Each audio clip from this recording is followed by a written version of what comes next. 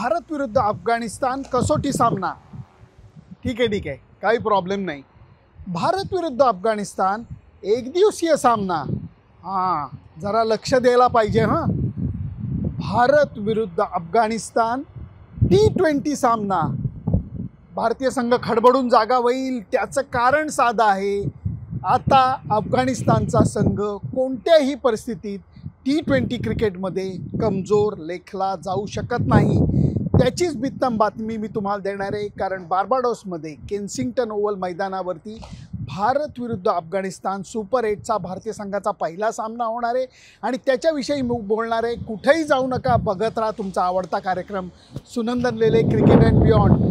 लख सूर्यप्रकाश आहेत, माझे डोळे अक्षरशः बंद होत आहेत। त्याचं कारण ग्लेअर प्रचंड येतोय। स्टेडियम बाहेरच्या एका गच्चीवरती मी उभा आहे की जेणेकरून थोडंसं तुम्हाला बार्बाडोसचं दृश्य दिसावं आणि मनात विचार एकच आहे, भारत विरुद्ध अफगाणिस्तान पहिला सामना।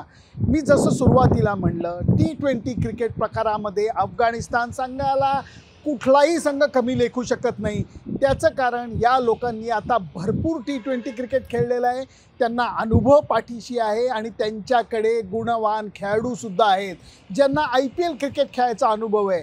त्यामुळे भारतीय संघासाठी हे आव्हान कमजोर नसणार, अर्थात भारतीय संघ हे आव्हान पेलायला 100% तयार आहे। 2 गुण मी जास्त करून अफगाणिस्तानचे सांगीन, धोके सांगीन। एक गुण आहे त्यांची फिरकीची ताकद, कारण त्यांच्याकडे राशिद खान सारखा, ज्याला मी 1000 वेळा global superstar of T20 cricket म्हणलेला आहे, मोहम्मद नूर सारखा स्पिन बॉलर आहे, मोहम्मद नबी सारखा अत्यंत अनुभवी आणि चमत्कारिक ऑफ स्पिनर बॉलर आहे। यांच्या जोरावरती हा संघ स्पिन डिपार्टमेंटमध्ये कमी लेखला जाऊ शकत नाही। मुजीब त्यात नाही, फिट नाही आहे, त्यामुळे तो नसण्याची शक्यता आहे।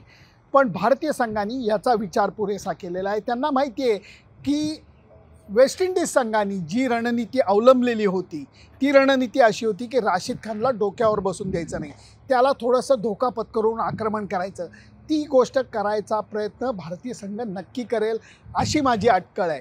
दुसरी गोष्ट म्हणजे त्यांच्या संघामध्ये असलेला लढवय्येपणा, कोणत्याही परिस्थितीत सामना सोडून द्यायचा नाही, लढत चालू ठेवायची, ही गोष्ट अफगाणिस्तान संघ आता भरपूर करायला शिकलेला आहे। त्यामुळे मी तर म्हणेन की त्यांच्या संघाला कमी लेखण्यापेक्षा त्यांचे गुण काय आहेत, त्यांची बलस्थानं काय आहेत, त्याच्यावरती आपल्याला आघात कसा करता येईल ह्याचा विचार भारतीय संघातले खेळाडू करत असणार। विकेट हा खूप महत्त्वाचा मुद्दा आहे। काल रोहित शर्माचं माझे अनौपचारिक ग्राउंडवरती भेट झाली, त्यावेळेला तो म्हणत होता बाहेरनं लोकांना कळणार नाही, पण अमेरिकेमध्ये क्रिकेट, अमेरिकेमध्ये वर्ल्ड कप सगळं छान होतं, मला काही त्याचा प्रॉब्लेम नाही आहे, परंतु त्यांची विकेट, त्यांचं आउटफील्ड हे खराब होतं, हे रोहित शर्मा मला म्हणाला। त्याचं कारण असं आहे, तो म्हणाला की विकेट निदान लोकांना कळत तरी होतं की अरे विकेट थोडंसं वर खाली आहे, एखादा बॉल खाली राहतोय, एखादा बॉल भस्कन उतरतोय।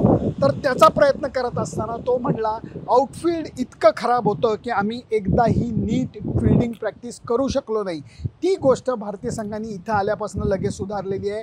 केन्सिंग्टन ओव्हलच्या चांगल्या मैदानाचा फायदा घेऊन त्यांनी व्यवस्थित फिल्डिंग प्रॅक्टिस केलेली आहे। बॅटिंगची 3-4 सत्र केली आहेत, बॉलिंगची 3-4 सत्र केली आहेत आणि हे करत असताना स्पिनला आपण तोंड कसं देऊ याचा पुरेपूर विचार केलेला आहे। त्यामुळे भारतीय संघ फिरकीचं आव्हान पेलायला तयार आहे। इथली जी विकेट आहे, या विकेटचा भारतीय संघाला अनुभव आहे, कारण गेल्या वर्षी भारतीय संघ इथे येऊन खेळून गेलेला आहे। हे विकेट आहे की जिथं तुम्हाला गवताची काडी दिसत नाही, एखाद्या काय म्हणतात त्याला चिखल रोल करून केल्यासारखं असं ब्राउनिश कलरचं ते विकेट दिसतं, ही फार मोठी गंमत वाटते। पण या विकेटवरती थोडा का होईना स्पिन बॉलर्सना मदत होईल असं ग्राउंड्समनचं म्हणणं आहे। त्यामुळे भारतीय संघ पकडा किंवा अफगाणिस्तानचा संघ पकडा, आपल्या फिरकी गोलंदाजांवरती अवलंबून राहील। भारतीय संघामध्ये एकमेव बदल व्हायची शक्यता मी पहिल्यापासून बोलून दाखवतोय आणि ती म्हणजे कुलदीप यादवला खेळवायचं की नाही। ही गोष्ट सोडली तर बाकी बदल होतील असं मला वाटत नाही। अगोदरच्या ह्याच्यामध्ये मी सांगितलेलं आहे, Virat Kohli big match player आहे, सुपर 8मध्ये जर का त्याची फटाक्याची माळ चालू झाली तर तो फायनलपर्यंत भारतासाठी उत्तम खेळू शकतो। माझा हा दुर्दम्य आत्मविश्वास आहे। इच्छा आहे माझी की विराट कोहलीला यश मिळावं, त्याला लय सापडावी। हे म्हणत असताना अफगाणिस्तान संघाच्या बॅटिंगकडेही पूर्णपणे दुर्लक्ष करून चालणार नाही आहे, कारण अफगाणिस्तानचा संघ यांच्यामध्ये पूर्वी असं होतं की ते ताणपट्ट्यासारखी बॅट फिरवायची, आता त्यांना भरपूर क्रिकेट खेळून एक प्रकारचा अनुभव आलेला आहे, ज्याच्यामुळे काही गडबड न करता ते व्यवस्थित बॅटिंग करून धावसंख्येचा पाठलागही करू शकतात, वेळप्रसंगी चांगली धावसंख्या उभारू शकतात. त्यामुळे कळीचा मुद्दा हा राहणार आहे की सुरुवातीपासनं सामन्यावरची पकड भारतीय संघ कसा मिळवतो, त्याच्याकरता काय रणनीती अवलंबतो हे बघायला लागेल. त्यामुळे आत्ता तरी इथंच थांबतोय. जे मुद्दे मी मांडले त्याच्यामध्ये 2 मुद्दे होते, अफगाणिस्तान संघाचा लढवयेपणा आणि दुसरी गोष्ट म्हणजे त्यांची असलेली फिरकीतली ताकद. तिसरा मुद्दा मला पुढे परत आणावासा वाटतो म्हणजे T20 क्रिकेटचा त्यांना असलेला पुरेसा अनुभव. याच्या जोरावरती ते भारतीय संघाला टक्कर द्यायचा प्रयत्न करणार आहेत. मी तर म्हणेन की हा सामना कमजोर नाही आहे. भारतीय संघाला उत्कृष्ट क्रिकेट खेळूनच हा सामना जिंकण्यासाठी प्रयत्न करायला लागणार आहेत. एक नक्की आहे, त्याच्यासाठी भारतीय संघ नक्कीच तयार आहे. सुनंदन रेरे, केन्सिंग्टन ओव्हलच्या बाहेरनं बार्बाडोस. तुम्हाला काय वाटतं याचं मला मोल आहे. तुम्ही मला नक्की कळवा कसं वाटलं, कारण मी काल एक युनिव्हर्सिटी ऑफ 3Wचा वेगळा अहवाल तुमच्यासाठी सादर केला. माल्कम मार्शलच्या याला तर तुफान प्रतिसाद तुम्ही दिलेला आहे. युनिव्हर्सिटी ऑफ 3Ws हे जुन्या काळातलं आहे, पण वॉरेल विक्स वॉलकॉटचा इतिहास सांगायचा मी प्रयत्न केला. तिथं क्रिकेटचा रोमांस काय हे तुम्हाला दाखवायचा प्रयत्न केला. त्याच्याविषयी तुमची मतं काय आहेत मला जरूर कळवा. पहिल्या सुपर 8साठी तुमचे अंदाज काय आहेत मला जरूर कळवा. प्लेयर फार वाढत चालला आहे, मला जागा बदलता येत नाही आहे, त्यामुळे आता इथंच थांबतो. तुमची मतं जाणून घेण्यासाठी मी उत्सुक आहे. Bye bye.